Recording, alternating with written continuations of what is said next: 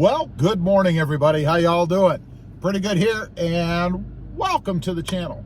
Hey, we're going to take a cruise in the Tacoma today, go out, run it for a little bit.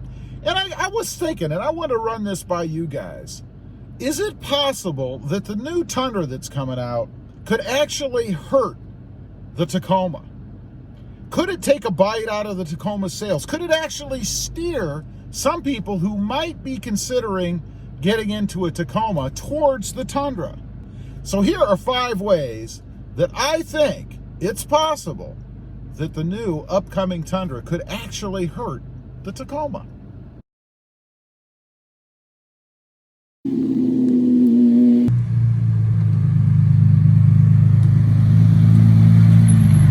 Okay, real quick before I get started here, one thing that I noticed, I haven't been in the Tacoma for a while, and that is the seating position as compared to the camera that I have right now. I have an iPhone on a holder on the windshield, and I am so much closer, you know, and there's just so much more distance between where I sit in the Tundra as compared to where I sit in the Tacoma. I don't know, it just seemed kind of strange to me. But the point of the video, is it possible that the new Tundra that's coming out, is it possible that it's going to take a bite out of the Tacoma sales? Well, I've got 5 reasons that I think that just might happen. Number 1, fuel economy. Again, don't forget, we are assuming that all of the rumors about the upcoming redesigned Tundra are true. Now, that truck is supposed to get 30 miles per gallon. The Tacoma that I'm sitting in right now is averaging, let's get a real world look. It's averaging 16.6 miles per gallon. So about, 14 or so, 13.4 miles per gallon less than that 30 mile per gallon Tundra is supposed to get. So, I mean, that's pretty substantial, right? I mean, if you're sitting and you're looking at 2 trucks, and really you're just getting it for the occasional hauling, maybe a family hauler, maybe a traveler, it's gonna make a difference. You know, 13, 14 miles per gallon is significant. And I gotta think that given the 2 in that scenario, you might just opt for the Tundra. Next up, number 2, the infamous F1 project, Frame 1. If you don't know what that is, Toyota is going to be using a universal or shared platform to manufacture both the Tundra and the Tacoma. They're going to share the same platform and the same frame. So I got to thinking, if that's true, are they going to shrink the Tundra a bit? Are they going to make it a little bit smaller and a little bit closer to the size? It's not going to be as small, but as close to the size of the Tacoma. And if they do that, does that then start to attract the people out there who maybe shy away from the full-size Tundra simply because of its size?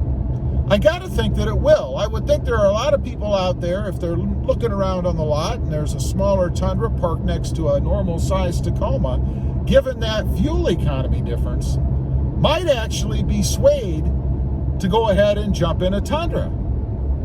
Time will tell. Next up, more up-to-date tech and creature comforts. You know, the Tundra is, and I think it's universally agreed, pretty well outdated at the moment. You know, everybody complains about how far behind they are, and they need to update everything in the interior, especially, you know, the tech and the tactile surfaces and even the aesthetics of the interior and its materials. Now, you've got to think that indeed Toyota's going to do that with the Tundra, right? I mean, if they're going to the effort of redesigning the truck, coming out with something entirely new, certainly they're going to address the interior and bring it more up to date.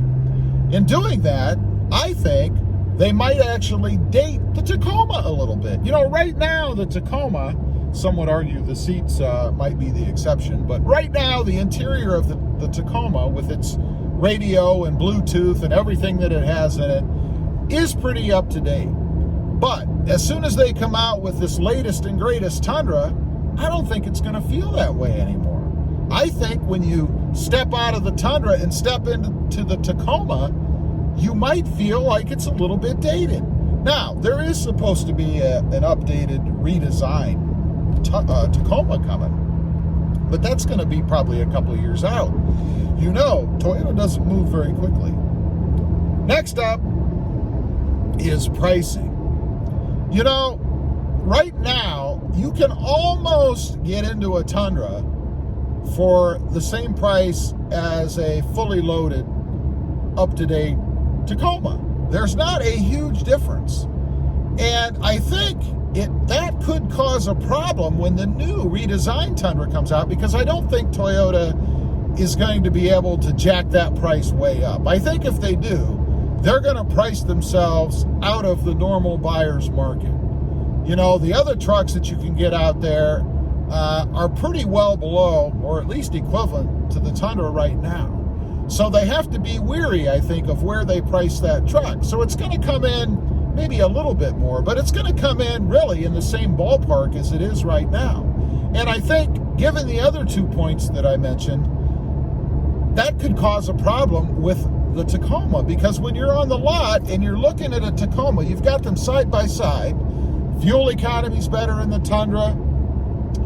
The Tundra may have shrank a little bit, so they're getting closer to being, you know, the same size, not exactly. And it has more up-to-date creature comforts and technology. You might really start to seriously look at the Tundra, even if you weren't in the market for that truck before. So I think it's a thin line that Toyota has to walk with this new redesigned Tundra. They can't price themselves out of the market as far as the average normal buyer goes, but they have to be concerned about pricing it too close to the Tacoma and having people jump right into the Tundra. I think the Tacoma is kind of a starter or an intermediate truck for a lot of people that later jump into the Tundra. There'll be no reason for them to do that if they can jump straight into the Tundra, because the pricing and everything else is the same or superior. Last up is power. You know, everybody complains about the power of the Tacoma. You know, it's underpowered, it needs more, and I don't disagree with that. I think the Tacoma could probably use at least another 30 horsepower, something like that. Something to bump it up a little bit, give it a little bit of pizzazz on the road, you know? Now, this new Tundra that's coming out, it's rumored to have 450 horsepower and a whole bunch of torque. Now, again, I'm going to go back to my other points. If you look at everything else as being superior, you know, the miles per gallon, the size, a little bit smaller, more up-to-date tech, pricing being close, you can jump into a Tundra, given all those other things, and walk out with 450 horsepower, or you can stay with the Tacoma at its, 279, whatever it is, for about the same price. I mean, there's a few people that'll do it, don't get me wrong. There are die-hard mid-size truck people out there that are afraid of jumping into what is a full-size truck, that will always stay with a mid-size truck. But I think for a lot of people, if you can jump into a 450 horsepower Tundra with those other numbers, fuel economy, pricing, everything else, I'm pretty sure you'd think at least seriously about doing it. Another area that Toyota has to be careful, I think, if they create, and let's just call it this super truck, this super Tundra, because that's what it's going to be. I mean, if they come out with everything and it satisfies all of the rumors that are floating around out there right now, this new Tundra is going to be a game changer. It is going to be a super truck. I'm not talking about a Lamborghini or a Ferrari. I'm talking about within its own realm, within its own class. It is going to be class leading if all of these other things happen. And again, the biggest concern, I think, is that they hurt their Tacoma. The Tacoma is the #1 selling truck in the midsize market. I would say the Tacoma is probably a good part of the bread and butter of Toyota's earnings, you know, and they certainly don't want to do anything to create an opening for some of these other manufacturers to step in, you know, Ford, Nissan, Chevy. And if you start to see some of the sales or the sales of the Tacoma drop, because people that were looking at it go to the Tundra, you might actually create a foothold for some of these other mid-size manufacturers to step into. I don't know. Anyway, leave a comment down below. I'll be very interested to hear what you guys think of my theory here. If indeed building this super Tundra might sway people away from the Tacoma and actually move them into a full-size Tundra. Let me know. I'd be curious to see what you guys think. As usual, appreciate you guys watching. Don't forget to like, share, and subscribe. And we'll see you next time on the web. Have a great day.